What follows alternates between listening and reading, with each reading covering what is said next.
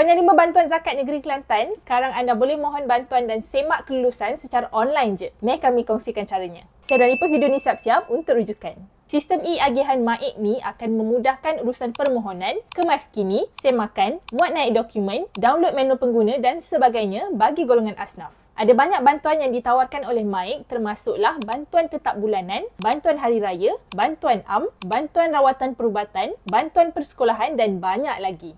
Anda boleh buat semakan status permohonan di portal e-agihan MAIK di eagihan.e-maik.my/semakan. Pilih jenis bantuan yang dimohon, masukkan nombor rujukan permohonan yang anda dapat semasa permohonan awal, lepas tu tekan butang semak untuk cek status.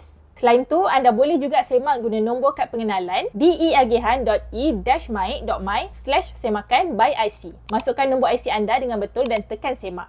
Follow X1.my di semua media platform untuk info terkini, sahih dan terperinci setiap hari.